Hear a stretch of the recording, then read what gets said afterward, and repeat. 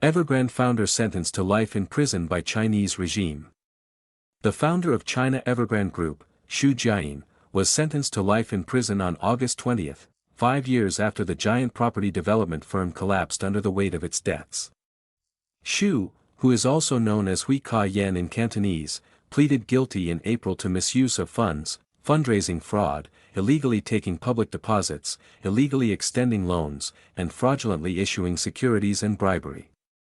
The 67-year-old former tycoon was sentenced in Shenzhen in southern China, and the court also confiscated all of his personal property. The court also fined Evergrande 8.82 billion yuan and its Hengda real estate subsidiary 7 billion yuan.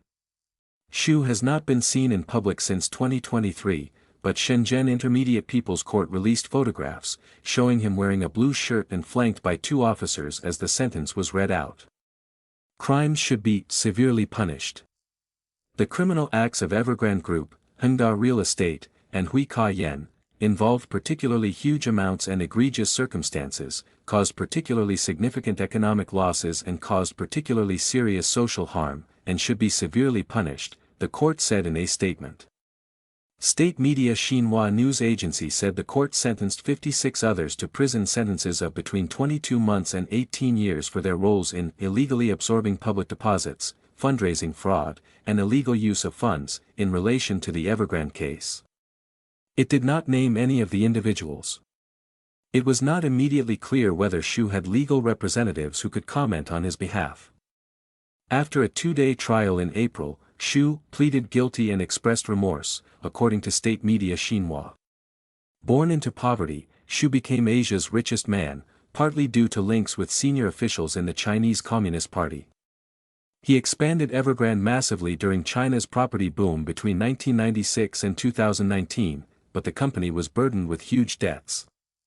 Evergrande, which was China's biggest developer, ran into financial problems in 2020 amid China's COVID-19 crisis, and in 2021, it developed liquidity issues. In March 2024, the company and Xu were penalized after being accused of artificially boosting its revenues by $78 billion in the 2 years before it defaulted on its debt obligations. A Hong Kong court ordered Evergrande to be liquidated in 2024, and the Hong Kong Stock Exchange delisted it in 2025.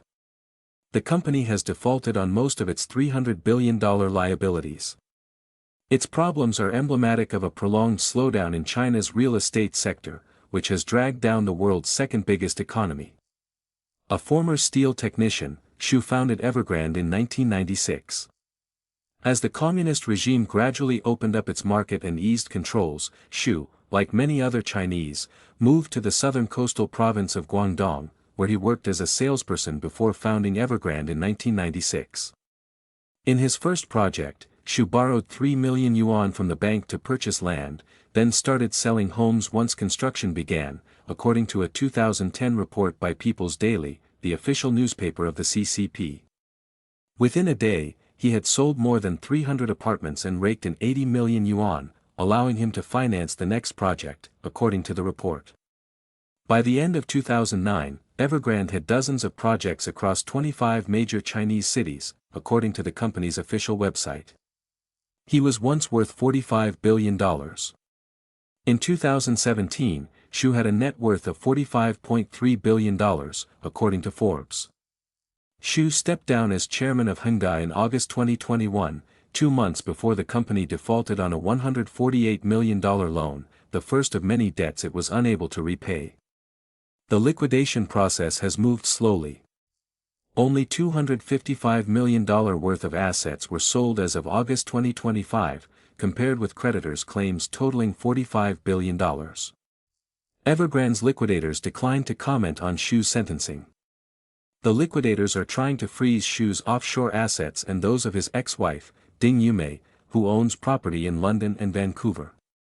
Ding flew out of Hong Kong before August 2023, China's state-controlled Tencent News reported, and her current whereabouts are unknown. Speaking at the 2018 China Charity Awards, Xu praised the CCP and attributed everything Evergrande and he had to the regime. Yuan Hongbing, a former professor of law at Peking University who now lives in exile in Australia, told the Epoch Times in 2023 that Xu had used political connections with Xing Qinghong, a senior CCP official who was vice president from 2003 to 2008.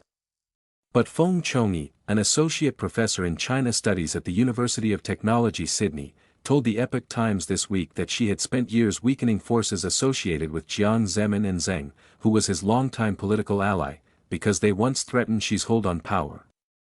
Reuters contributed to this report.